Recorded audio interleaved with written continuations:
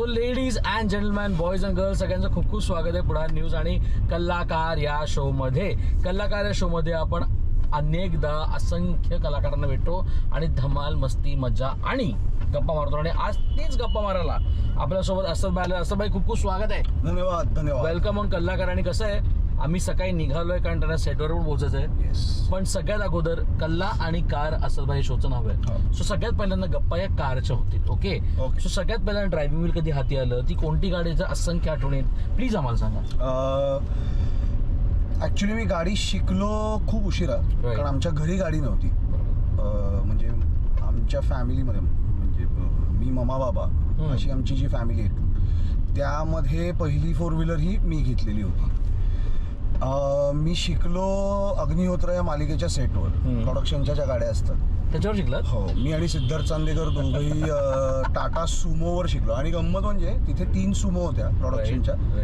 आणि पुण्यात कोंढव्याला आमचा सेट होता ना, तर ते कुठे काही जाऊन आणायचं वगैरे या कामांसाठी ते 3 सुमो होत्या. बरोबर. त्यातली एक उलट्या गिअरची होती. ओके. म्हणजे नॉर्मली आपण first, second, third, fourth, fifth आणि मग रिव्हर्स. बरोबर. हो हो हो. तर त्याचा फर्स्ट इकडे होता, असा फर्स्ट, असा सेकंड आणि रिव्हर्स इकडे होता. वा. आणि पहिल्याच फटक्यात गाडीचं व्हील हातात आलं, स्टिअरिंग व्हील हातात आलं, ते सुमोचं आलं. आणि इट्स अ बीस्ट. इंजिन म्हणून सुद्धा आणि स्ट्रक्चर म्हणून सुद्धा, म्हणजे तुला असं खालती जग दिसतं ह्या व्हिज्युअलला. सो तो एक कॉन्फिडन्स आपोआप बिल्ड झाला. की बऱ्याचदा काय होतं, तू हॅचबॅकमध्ये जर शिकायला बसलास तर विजिबिलिटी हा इश्यू येऊन लोकांच्या मनात भीती अजून बसते. हो हो. असे अनुभव माझ्या माहितीतल्या लोकांचे. पण तो एकतर ते वय असं होतं की फार तर काय होईल, ठोकीन. आणि तिथे आसपास ना कोणीच नसायचं. म्हणजे असे छोटे शेतातनं वगैरे काढलेले रस्ते, तिथे साधारण दुपारच्या वेळी वगैरे कोणी नसायचं. सो तिथे आम्ही गाडी शिकलो. माझी पहिली गाडी माझ्या अंदाजानुसार 2010 मधली. 2010 ती होती मारुती सुझुकी रिड्स. ती आत्तापर्यंत होती, यावर्षी विकली मी ती.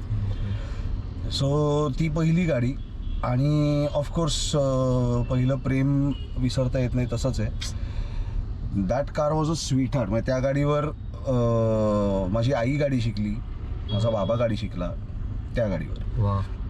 आणि त्या गाडीतनं मी खूप प्रवास केला, प्रचंड. आणि मग ते काय होतं, म्हणजे आता फॉर एक्झाम्पल रिड्सच. आता रिड्स लोकांना बऱ्याच लोकांना ती आवडायची नाही, कारण तिचा शेप कसला विचित्र आहे. त्याचं ते ॲरोहेड असं त्या शेपचं नाव दिलं होतं मारुती सुझुकीनी. आणि मला तो पर्सनली आवडला होता शेप. बरं, माझं लॉजिक असतं, मी आत बसून गाडी चालवतोय, मला थोडी शेप दिसतोय, मला कम्फर्ट पाहिजे आतमध्ये ड्राईव्ह. म्हणजे मागच्या सीटवर मी किंवा माझे काही मित्र आहेत जे 6 फूट 1 इंच, 6 फूट 2 इंच आहेत, ते ड्रायव्हिंग सीटवर बसलेले असताना सुद्धा मी 5'10", 5'10" फूट आहे, मला सुद्धा कम्फर्टेबली मागे बसता येईल. आणि ते महत्वाचं होतं. एक्झॅक्टली. मला कम्फर्ट महत्वाचं आहे. गाडीचा शेप तुम्ही काय माहिती काड्यापेटीच्या आकाराची गाडी बनवा, मला काय फरक नाही पडत ते. So that was a main factor. त्यानंतर मी घेतली टोयोटा इटिऑस. म्हणजे 2 वर्षात मी टोयोटा इटिऑस घेतली, कारण सेदान हवी होती. आणि मग रिड्स पुण्याला ठेवली आणि इटिऑस मी वापरायचो. ती पण दॅट वॉज अ बीस्ट. आणि बीस्ट म्हणजे काय पॉवर होती त्या गाडीची. 1.6चं डिझेल इंजिन होतं, 1.5चं. आणि इट वॉज अ बीस्ट. आणि मग त्या गाडीचे मी खूप लाड पण केले, कारण डिक्की 600 लिटरची डिक्की होती. सो वूफर लावून मी खूप लाड केले त्या गाडीचे. आणि ती मी प्रॉपर 7 वर्ष वापरली. मग आमच्या फॅमिलीमध्ये माझ्या आजोबांपासून, माझे एक आजोबा आहेत त्यांच्या जवळजवळ आता 20-21 गाड्या झाल्या. दुसरे एक आजोबा आहेत त्यांच्यासुद्धा अशाच 15-16 गाड्या झाल्या over a period of time. बरोबर. पण त्यांची एक थिअरी आहे, 7 वर्षांनी गाडी बदलायची. ओके. कारण मग मॅक्झिमम डिप्रिसिएशन मिळतं. Very true. सो ते मी इटिऑसच्या बाबतीत तसंच्या तसं अप्लाय केलं. म्हणजे अगदी स्पष्ट सांगायचं तर बिग बॉसमधनं मी बाहेर जेव्हा पडलो, म्हणजे फिनाले झालं, तुम्ही होतातच सगळे. फिनाले झाल्यानंतर मम्मा बाबा पण आले होते ना फिनाले. बरोबर. तर व्हॅनिटीमध्ये आफ्टर पार्टी वगैरेसाठी चेंज करत होतो मी. तर तेव्हा ते इटिऑस घेऊन आले होते पुण्याहून मला भेटायला. तर म्हटलं, हे गाडी कुठे लावली? मी इथेच बाहेर आहे. आणि कोणाची तरी गाडी आत येत होती आणि माझ्या गाडीमुळे अडलं होतं. म्हटलं मला किल्ली दे, मी हलवतो. कारण 3 महिने 100 दिवस गाडी नव्हती, माझी गाडीला हात नव्हता लागला. I miss that. सो काही नाही म्हणजे असे 5 फूट फक्त मागे गेली मी गाडी, पण तेवढा आनंद मिळाला. आणि तेव्हा आमचं डिस्कशन झालं होतं की म्हटलं,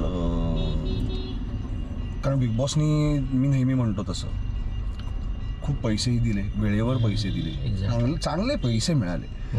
सो इन्व्हेस्टमेंट हा एक भाग होता. आणि म्हटलं गाडी बदलायचा विचार करतोय मी. तर ते दोघेही म्हणले की ऑफकोर्स आता झाली, आणि 7 वर्ष झाली, एक्झॅक्ट 7 वर्ष झाली. सो तेव्हा इटिऑस बदलली. इटिऑसनी पण मी खूप प्रवास केला, प्रचंड प्रवास केला इटिऑसमधनं. आणि मग वर्ना घेतली. अगेन काय गाडी केली आहे, म्हणजे यांना ना जमलेच आहेत हे खरं आहे, यांना जमलंच आहे इंजिनिअरिंग. माझा पर्सनली अमेरिकन मोटर्सवर फार विश्वास नाही, शेवी किंवा फोर्ड. कारण आफ्टर सेल्स मेंटेनन्स महाग आहे. मग आता फोर्ड तर नाहीच आहे भारतात.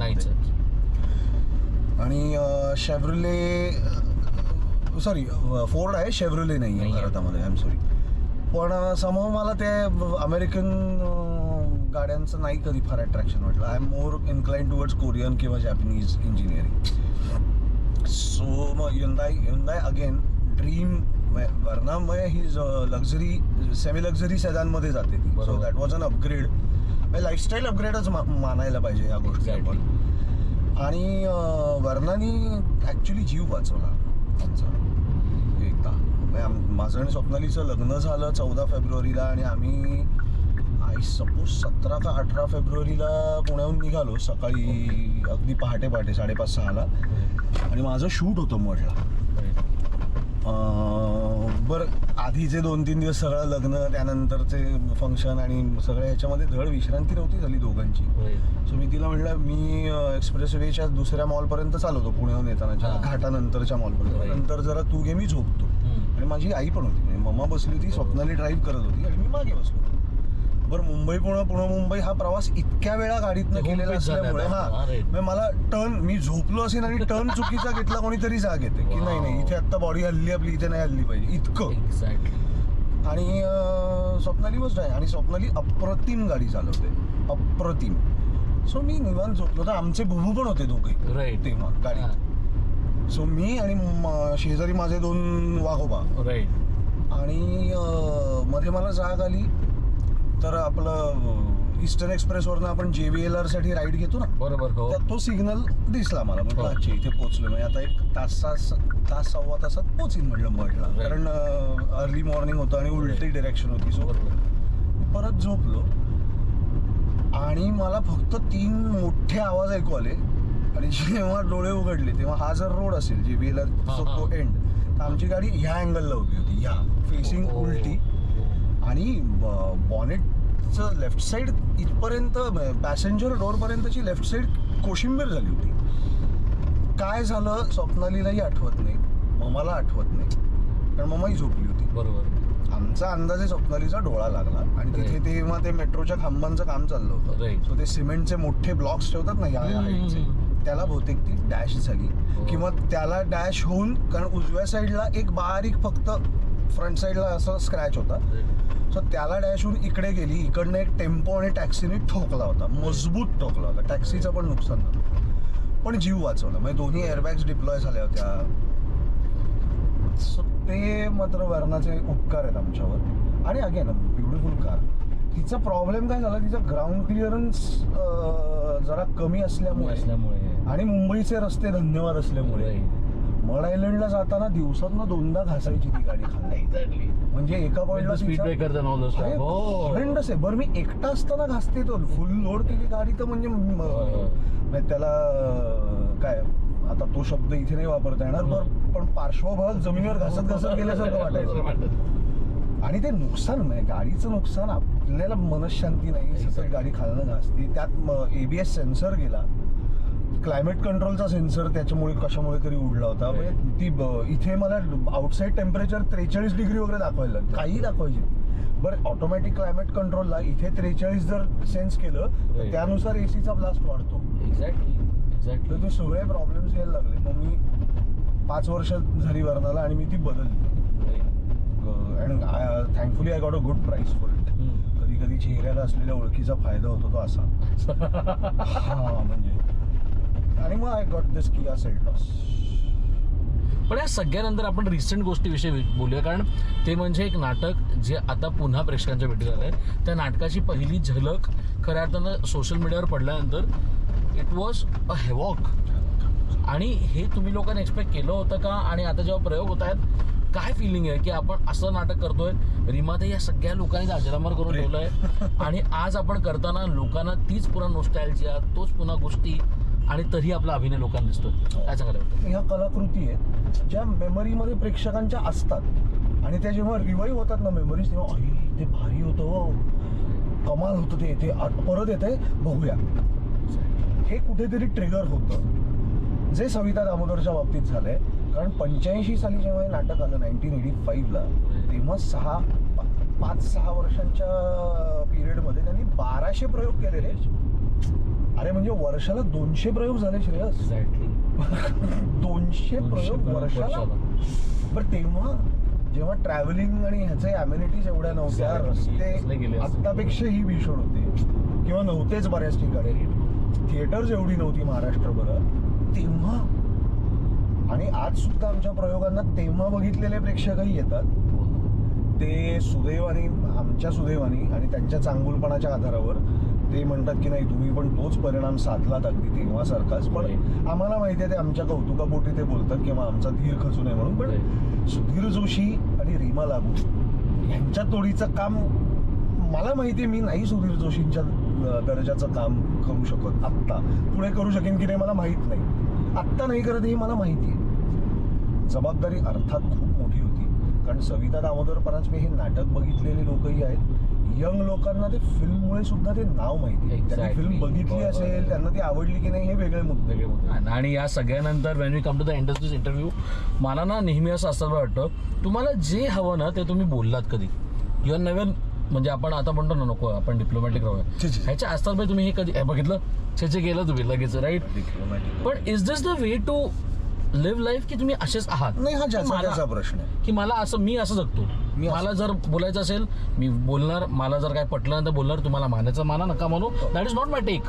बट मला बोलायचं आहे, मला खटकलेली गोष्ट तुम्ही बोलता. Is this the way of life for you? Yes yes yes it is. आणि परत त्याच्यावर काय ना, तर अरे कलाकार आहे तर कलाकारासारखं राहा ना. म्हणजे कसं राहा, म्हणजे कशावर काही बोलायचं नाही आम्ही का नाही बोलायचं? मग ह्याच्यावर बोलला त्याच्याविषयी काही मत नाही का? मला नाही द्यावं असं वाटतं.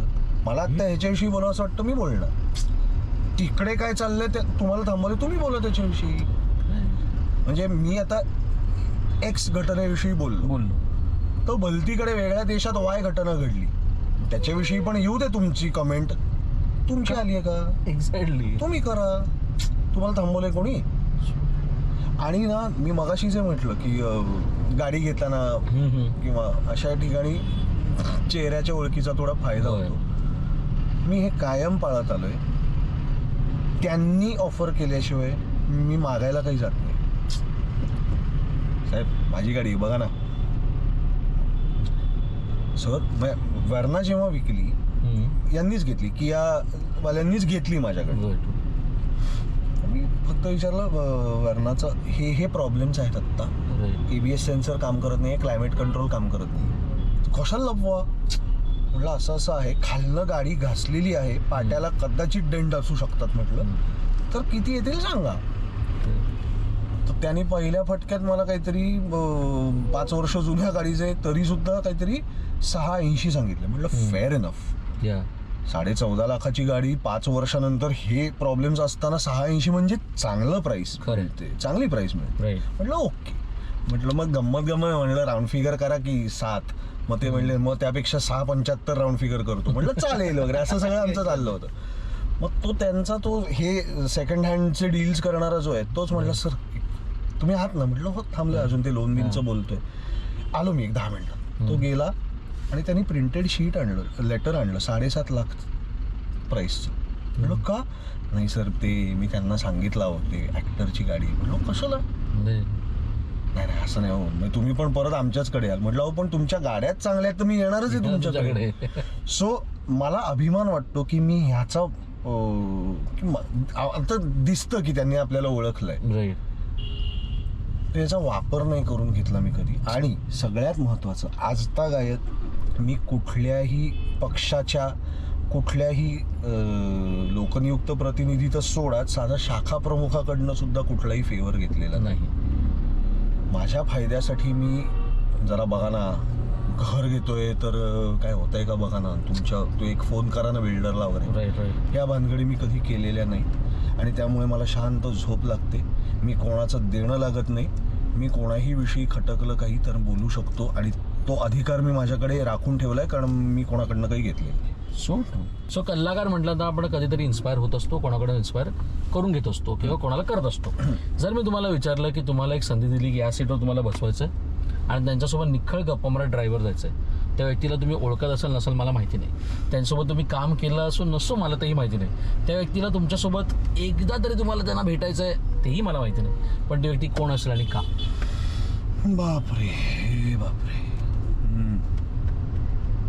तसे खूप आहेत, खूप आहेत. पण मला अगदीच एकच नाव सांगायचं काही काही. राईट. 2-3 सांगा सर, जागा आहे. हा जागा आहे ना. हा अरे शिटा भरून जाऊ शकतो ना म्हणजे आपण. सगळ्यात आधी मला नसरुद्दीन शहांना बसवायला आवडेल. क्या बात. पण नाही तो कधी एवढा वेळ मिळणार त्यांचा. एक्झॅक्टली. आणि शिकण्यासारखं तर फार आहे त्यांच्याकडनं. स्मिता पाटलांना बसवायला आवडेल. आणि जितेंद्र जोशीला बसवायला आवडेल. मला भयंकर फॅसिनेशन आहे त्या माणसाचंच. नट म्हणून तर आहेच, कवी म्हणून आहे, लेखक म्हणून आहे, माणूस म्हणून मला फॅसिनेशन आहे त्या माणसाविषयी प्रचंड. आणि मी प्रत्येक आता माझं असं झालंय, मला जित्या कदाचित लोकांना असं वाटेल की जित्या मला पैसे देतो. प्रत्येक इंटरव्ह्यू मध्ये माझ्या तोंडून जितेंद्रचा उल्लेख येतो, कारण माझं मरेपर्यंत हे ठाम मत असणार आहे की माझ्या आणि माझ्या आधीच्या जनरेशनचा जनरेशन म्हणजे ऍक्टर्सचं जनरेशन, त्यातला माझ्या मते तरी सर्वोत्तम नट आहे जितेंद्र जोशी. म्हणजे मला ना इन जनरलच कन्व्हेन्शनल ब्युटी नसून, म्हणजे दुर्दैव आहे आपल्याकडे अजूनही असे वर्गीकरण केलं जातं. कन्व्हेन्शनल ब्युटी म्हणजे मधुबाला, माधुरी दीक्षित, या कन्व्हेन्शनल ब्युटीज म्हणजे ऐक सौंदर्य म्हणजे बघता क्षणी ती पाहताचं बाला कलिजा खलस झाला. कन्व्हेन्शनल सुंदर नसूनही जे सुंदर दिसतात ना लोक, स्त्री असो पुरुष असो, जे आतमध्ये ना अशी एक स्पार्क ठिणगी पडलेली असते. म्हणजे जगाच्या कन्व्हेन्शनल सौंदर्याच्या व्याख्यांमध्ये त्या बसत नाहीत व्यक्ती, पण तरी आई शपथ काय सुंदर आहे यार हा किंवा ही. म्हणजे मला किशोर कदम अत्यंत हँडसम वाटतं. नंदकिशोर चौगुले हा हँडसम माणूस आहे, कारण तो जेव्हा त्याच्या झोनमध्ये काम करत असतो तेव्हा तो सुंदर दिसतो मला. तसं स्मिता पाटील, सोनाली ताई किंवा विभावरी देशपांडे, अमृता सुभाष, ह्या जेव्हा त्यांच्या झोनमध्ये असतात ना, आई शपथ ती धगधगती अशी ती ठिणगी ते दिसतं ना, हे सुंदर व्यक्ती आहे तो सगळ्या. ह्या अतिशय सुंदर व्यक्ती आहेत. मृणाल ताई आहेच, म्हणजे ते अस्सल महाराष्ट्रीय निखळ सौंदर्य आहेच, पण हे सुद्धा तेवढंच मोलाचं सौंदर्य. इनर ब्युटी वगैरे असले जड शब्द मी नाही वापरणार ह्याच्यासाठी. ते आतमध्ये ना ते चेतलेलं असतं आतमध्ये बास, खरंय. आणि ते एरवीच्या त्यांच्या वावरात नाही, पण ते जेव्हा उभं राहतं ना, आ हा हा, क्या बात है. So true. Thank you so much sir. Thank you. धन्यवाद and have a good fun. Thank you. आणि मजा करा. Yes, thank you so much. Thank you.